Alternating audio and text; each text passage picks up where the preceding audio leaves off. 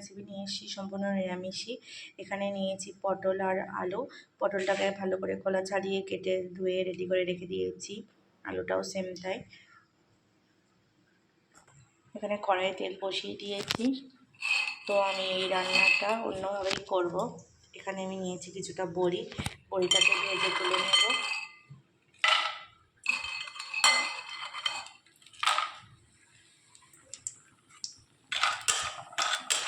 বড়িটা একটু লাল লাল করে ভেজে নেব। বড়িটা ভেজে তুলে নিয়েছি, হালকা একটু পুড়ে গেছে, তো অন্য কাজের জন্য ব্যাপার না। এখানে পটলটা এবার ভেজে নেব।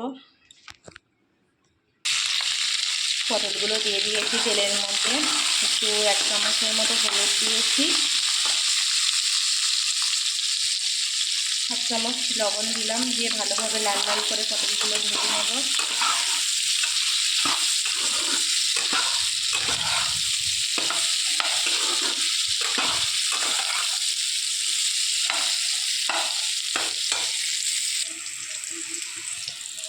পটলটা ভাজা হয়ে এসেছে প্রায়, আর একটু ভাজবো।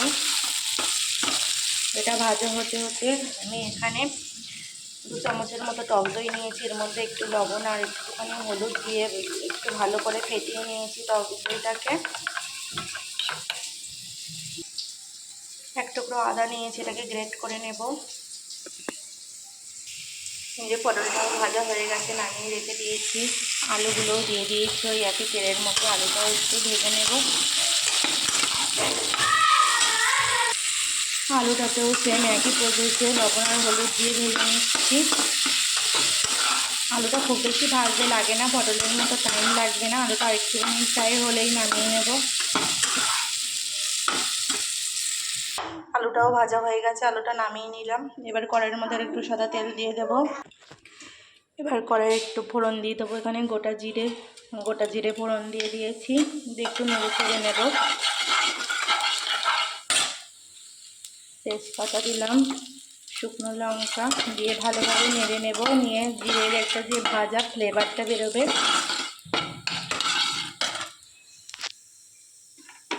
গ্রেট করা আদাটাকে দিয়ে দিলাম।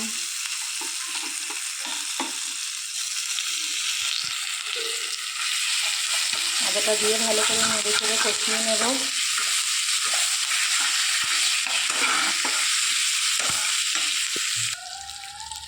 কড়াইয়ের মধ্যে 2টো কাঁচা লঙ্কা চিরেও দিয়ে দিয়েছি। এখানে একটা এলাচ আর একটুখানি দালচিনি ফোড়ন দিয়ে দিয়েছিলাম।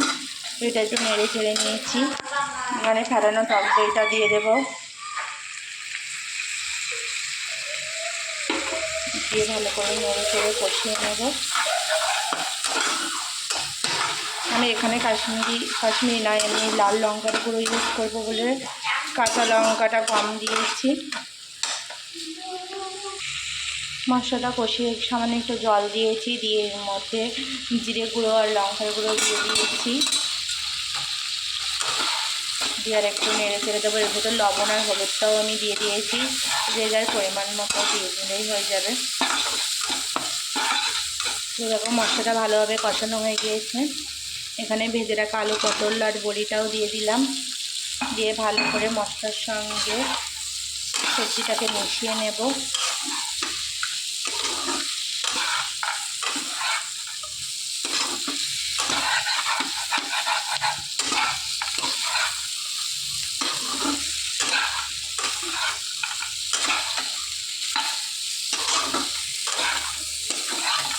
মশলার সঙ্গে এই যে আলু, পটল, বড়ি সব ভালোভাবে মিশে গেছে মশলাটা।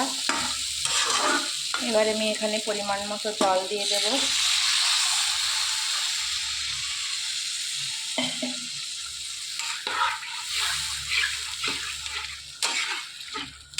এবার ঢাকা দিয়ে রেখে দেব 10 মিনিটের মতো।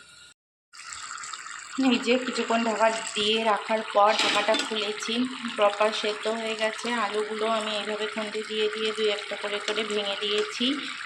2-3টে টুকরো ভেঙে একটু মিশিয়ে দিলেই ঝোলটা একটু ঘন হয় আর কি, তো এই কারণে এখানে 1/2 চামচের মতো একটু গরম মশলা, 1/2 চামচ না, খুব সামান্যই আর কি, একটু গরম মশলা গুঁড়ো দিয়ে দিলাম। দিয়ে নেড়ে চেড়ে গ্যাসটা বন্ধ করে দেবো। তো গরম ভাতের সঙ্গে এই রেসিপিটা খুব ভালো লাগে। রুটি পরোটা তুমি যাই বলো না কেন, খেতে খুব টেস্টি লাগে নিরামিষের দিনে। তো এটা ফুটে গেছে, গ্যাসটা বন্ধ করে দেবো। সবজিটা নামিয়ে নেওয়া হয়ে গেছে, গরম গরম দেওয়া হচ্ছে। তো কার কার ফেভারিট বলে পেলো নিরামিষের দিনে এই রেসিপিটা, আলু পটল বড়ির একটা রসা।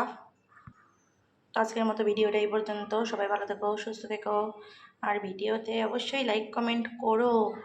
চ্যানেলটাকে নতুন হলে সাবস্ক্রাইব করে দিও। বাই।